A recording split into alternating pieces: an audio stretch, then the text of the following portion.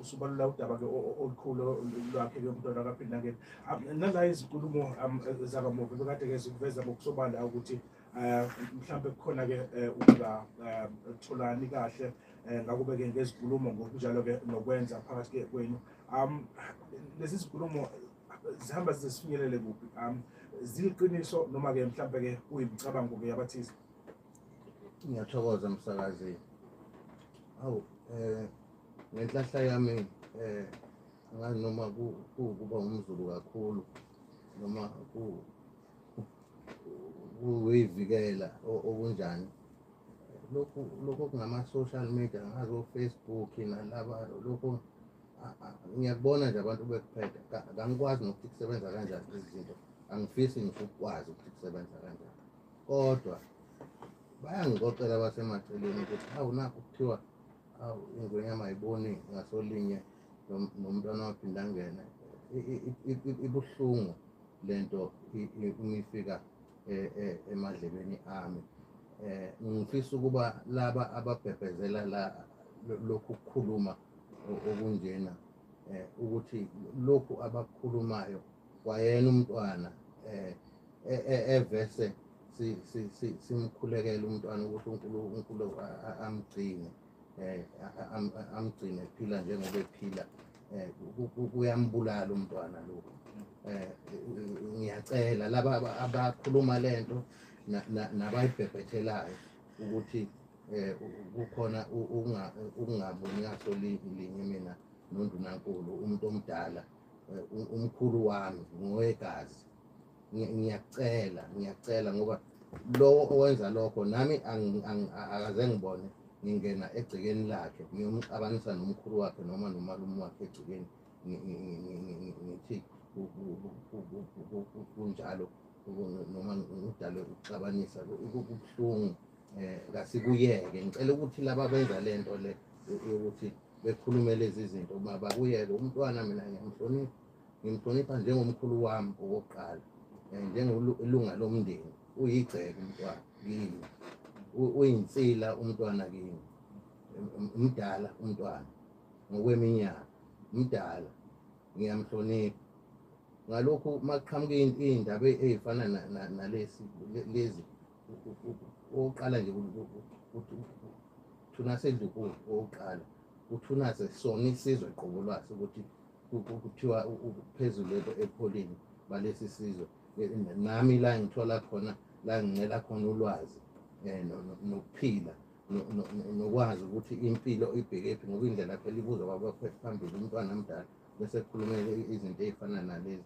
Kubuhlungu ukwehlisa nje isithunzi esizweni kasikudingi. Siyakucela uba makuphela, angeke kuze kwenzeke. Ngiyanithembisa sizwe sikaZulu, angeke mina ngize ngixabane nomntwana. Anginawo umoya wokuxabana nomntwana. Umntwana simunye naye. Ngiyakucela lokhu kukhuluma makuphele. Kubuhlungu, umntwana uyisihlobo kimi, uyigazi. Mhlawumbe abanye bambuka njengosopolitiki, ngokwabo-ke lokho. Mina uyisihlobo sami, uyigazi. Ngalokhu-ke ngiyacela futhi mawukuthi khona okuphutshukayo mhlawumbe kade siyikhulumela ezasekhaya nomntwana bakwethu, siyacela ningakhulumi okungekho. Ngiyathokoza msana. So kuyaye kube khona la enyaye vele ningaboni ngasolinye njengomuntu omdala uma ngabe kubonisa nawe kukhona la mhlawumbe okuthanda kwenzeka ukuthi-ke ubona ngenye indlela. Ukuphendula lowo mbuzo msakazi, ngingasho ngithi, ngoba ngeke ngasho ngathi indlela ibuzwa kwabaphambili. Kunegama engilithandayo eBhayibhelini engikhule ngalo, elingikhulisile, lithi hlonipha uyihlo nonyoko ukuze iy'nsuku zakho zande emhlabeni. Lelo vesi laziwa ngisho ingane encane. Umuntu omdala liyamphilisa, liyimpilo kumuntu. Uyihlo nonyoko kungaba umsebenzi osebenza kuwo, kungaba isikhundla okuso, kungaba yizwe owakhele kulo. Uma ungalihloniphi uzosibona isomiso, uzoyibona iy'khukhula. Kodwa uma ulihloniphi uzobona uNkulunkulu ukuthi uzowubusisa kanjani lowo mhlaba. Ngani? Ngoba uyawuhlonipha. ngiyacela-ke nina besile ukuthi ngiya khona lapho ukuthi umntwana mdala ngiyohlezi mina ngimhloniphe, futhi nolwazi indlela eyaphambili ngizoyibuza kuyena. Undunankulu wesizwe, undunankulu wami, sisazobambisana nomntwana, kuningi futhi esisazobambisana khona. Siyacela bakwethu ukuthi nani niyisizwe nibuvikele lobu budlelwano obukhona phakathi kwami nomntwana, ngoba njengesilo iminyaka imincane kangaka ngiyamdinga umntwana eduze kwami, ngiyamdinga njengelunga lomndeni nondunankulu. Abanye-ke sebengayikhulumela ngiyathokoza. Ngekathi umdinga ngale ndlela silesikhulu, angeke sakubalekele udaba lokuthi ngelinye ilanga kuyomele-ke ucabange ukuthi-ke ubani kumele-ke angene ezicathulweni zakhe, athathe-ke sona-ke lesi sikhundla somndunankulu. Ngakube-ke isilo sesikwazile ukucabangisisa lokhu, saba namagama mhlawumbe-ke esingakwazi ukuthi-ke siwaphakamisa noma siwacabanga. Msakazi, ngiyathokoza lowo mbuzo. Ngokosiko lwesiZulu asize singathanda ukuthi ukhulumeke ukuthi ubani uzobekeka nini ngokwey'khundla umuntu omdala esaphila.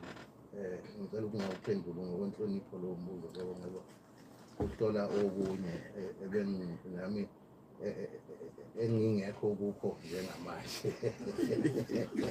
Lesikhulu kuzwa kahle. Siyazi kunomhlangano futhi-ke ubizwe-ke uyena komntwana kowaphinda angene, ngithi-ke uzobe-ke ubanjwe ngoLwesihlanu. Ngakube-ke nidingidile-ke ngawo, nanokuthi-ke unikezile ukuthi-ke yini kahle hle iyobe-ke ibhekisiswa-ke la namakhosi.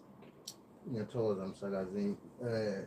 Ukuphendula lowo mbuzo, njengoba ngize lapha nje emsakazweni,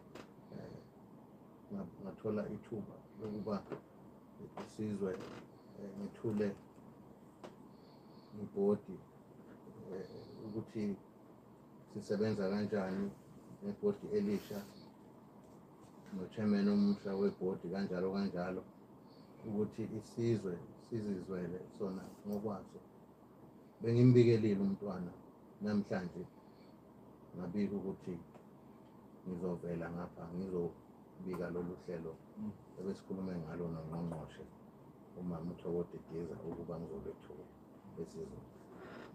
Ngalokhu ukuya embizweni ebizwe umntwana, ngiyayihlonipha kakhulu imbizo futhi ngiyayihlonipha. Ngiyacela ukuba okumele ukuthi beyethamele beye kuyona, ngicela ukuthi bephelele bonke bezolalela, bezoncela ukuba umntwana owaphinda angene undunankulu kaZulu ubaphathele ini ngalolo suku. Ngiyabusisa. Ubungafisi ukuthi ube khona? Bengingafisa kodwa angizukubabikho. Sisikhulu, ingoba isimemo mhlawumbe singazange sifike, noma-ke ingoba kungaphandle komsebenzi wesizwe. Lokho kungaphandle undunankulu nje.